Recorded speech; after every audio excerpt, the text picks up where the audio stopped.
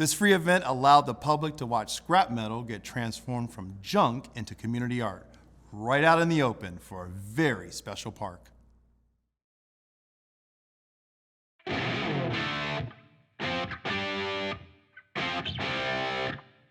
Heavy Metal Remix was a symposium to build a steel sculpture from recycled materials at the City Art Park in Vandalia. We were looking for donations of metal pieces, and they had to be magnetic, and they needed to be steel, and they needed to be heavy gauge. And since it's the reuse of scrap metals and materials, the name of the event, Vandalia's Heavy Metal Remix, worked really well. I'm really not particular about where it comes from, but more what it looks like and how it fits into my project. I am self-taught. I think I'm really good with proportions. I have a very good eye for what looks right. If I know I like it, I know someone else is going to like it. I started it about 13, maybe 14 years ago.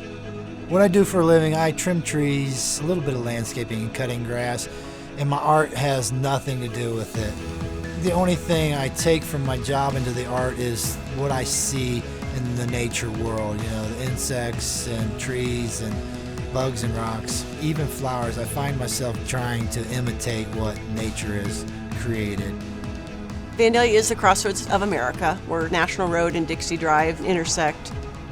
Vandalia always has had people very interested in art. We have some strong artists that live in Vandalia. In 2001, we started Vandalia Cultural Arts, and in about 2007, we decided that since there was enough funding, we would like to give the community something that they can be involved in and results in a piece of public art. Vandalia Chiseled was a limestone sculpture symposium.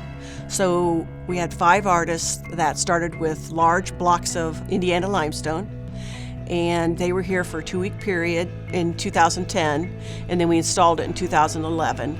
And so now we have 5 pieces of large public art on display in the city. Well, the art park is another thing that started several years ago. The Vandalia Art Park has 2 annual exhibits in it. One of them is a walking exhibit that has generally been photographs. The other pieces in the art park come to us from Midwest Sculpture Initiative, and they're leased. And then they install them and deinstall them at the end of the year, and then we get a new series for the coming year. It's much more economical. We couldn't afford to purchase all of those pieces. So this works out very well, and our committee has decided that the changing of the pieces also brings people out and interest to the community. The first piece that went into the Vandalia Art Park was a piece done during the Sculpture Symposium.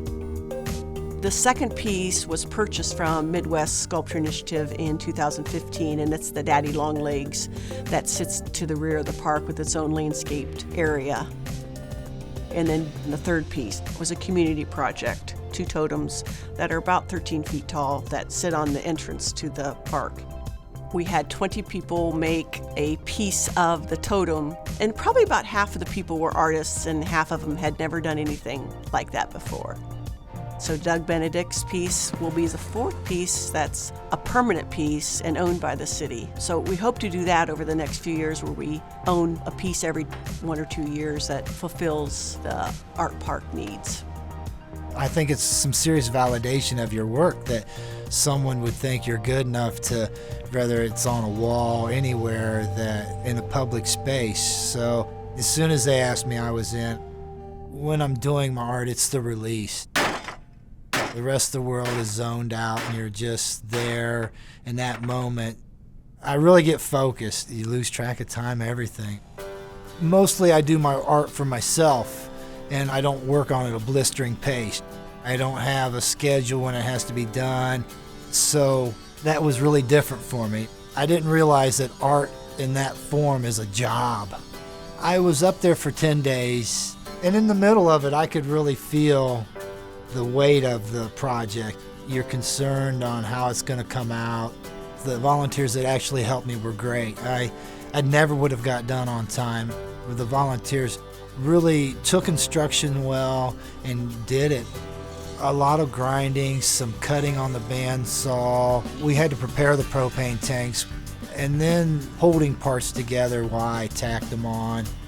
Oh, I love it when a plan comes together. I took some advice from a few people here and there, You do the side ones, and then it naturally supports it. especially on the construction of it, you know. I hadn't really had an idea until we got this cultivator. When we got the cultivator, I could see the legs of the Caterpillar right there. I knew the propane tanks were going to be a big body. I think my favorite part of the sculpture would be the mouth. And I think some combination of this is going to be the eyes. And I made like a mustache for it. So I have a sense of humor. The community response was very positive. I think that's going to be the antennae on it. I noticed a lot more people going to the art park every day on a general basis. We had a lot of involvement from volunteers. We probably had 50 different people that either acted as docents or Doug's assistants. So I think it's been really, really good. Plus we got a piece of art. The Vandalia Art Park is open to the public 24/7. It also joins a wonderful Historical Society property. So it is a regional destination.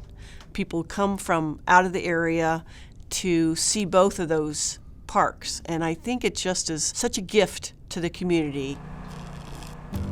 I think art is important to every community. We all work on streets and fire and police, and we need a broader scope than that, and I think art brings that to us. Our kids love it. Our kids love to express themselves with art, and it broadens us and makes us grow and be better. I think art is a way for people to express themselves in new and different ways.